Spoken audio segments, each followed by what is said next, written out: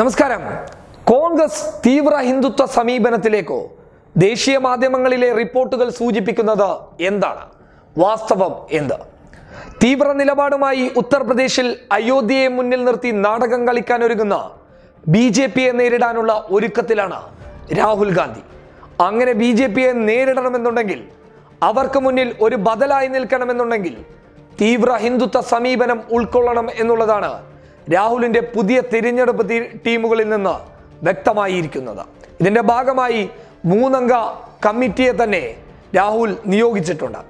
AK Antony, Chidambaram, Ahmed Patel, ഈ 3 പേരെയാണ് രാഹുൽ ഈ കമ്മിറ്റിക്ക് വേണ്ടി മുന്നിൽ നിർത്തിയിട്ടുള്ളത്.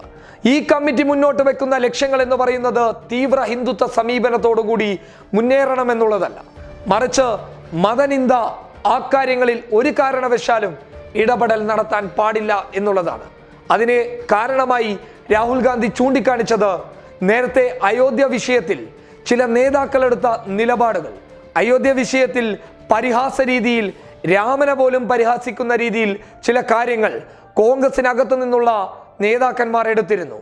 ഈ നിലപാടുകളൊക്കെ തിരിച്ചടിയായി വരുമെന്നുള്ള സൂചന ലഭിച്ചത് കൊണ്ടാണ് രാഹുൽ ഗാന്ധി തന്റെ നിലപാട് വ്യക്തമാക്കി മുന്നോട്ട് വന്നിട്ടുള്ളത്. തിരഞ്ഞെടുപ്പ് കമ്മിറ്റി, അതായത് തിരഞ്ഞെടുപ്പ് ടീം വളരെ വ്യക്തമായി ഈ കാര്യങ്ങളെ സൂചിപ്പിച്ചിട്ടുണ്ടെങ്കിലും നേതൃത്വങ്ങളിൽ തന്നെ ഇത്തരം നിലപാടുകളോട് എതിർപ്പുകളുമുണ്ട്. എന്നാൽ ഇതേ നിലപാട് തന്നെ മതി എന്ന തീരുമാനത്തിലാണ് രാഹുൽ ഗാന്ധി മുന്നോട്ട് പോയിക്കൊണ്ടുള്ളത്.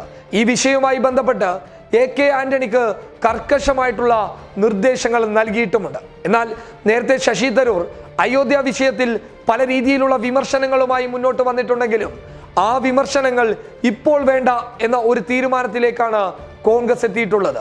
ഇത് രാഷ്ട്രീയപരമായിട്ടുള്ള ഒരു കളിയായി കാണാമെങ്കിലും അതിനപ്പുറം കോൺഗ്രസിന്റെ ഒരു തീവ്ര ഹിന്ദുത്വ സമീപനത്തിലേക്ക് കാലെടുത്ത് വെക്കുന്നതിന്റെ ലക്ഷ്യങ്ങൾ തന്നെയാണ് കാണാൻ വേണ്ടി സാധിക്കുന്നുള്ളത്. മുസ്ലിം വോട്ടുകൾ, ദളിത് വോട്ടുകൾ ഭദ്രമാക്കി വെച്ചിരിക്കുന്ന സാഹചര്യത്തിൽ അടുത്ത ലക്ഷ്യം ഹൈന്ദവ വോട്ടുകൾ എന്ന് തന്നെ വേണം പറയാൻ. നേരത്തെ നഗരപ്രദേശങ്ങളിലുള്ള ഹൈന്ദവ, അതായത് മുന്നോക്ക വിഭാഗക്കാരുടെ വോട്ട് ബാങ്കുകളായിരുന്നു കോൺഗ്രസിനെ ഏറ്റവും കൂടുതലധികം വിജയത്തിലേക്ക് നയിച്ചതെങ്കിൽ 2014 അത്തരം വോട്ടുകളൊക്കെ BJPക്ക് മറിയുന്ന ഒരു സാഹചര്യം കണ്ടു. ഇതൊക്കെ എടുത്തുകൊണ്ടാണ്, ഇതിനെയൊക്കെ വിശദമായി പഠിച്ചുകൊണ്ടാണ് ഈ നിലപാടിലേക്ക് കോൺഗ്രസ് കടന്നു പോകുന്നതെന്നും രാഹുൽ വ്യക്തമാക്കിയിട്ടുണ്ട്. ഇത് സംബന്ധിച്ച വിഷയങ്ങൾ റിപ്പോർട്ട് ചെയ്തത് ദേശീയ മാധ്യമങ്ങളാണ്.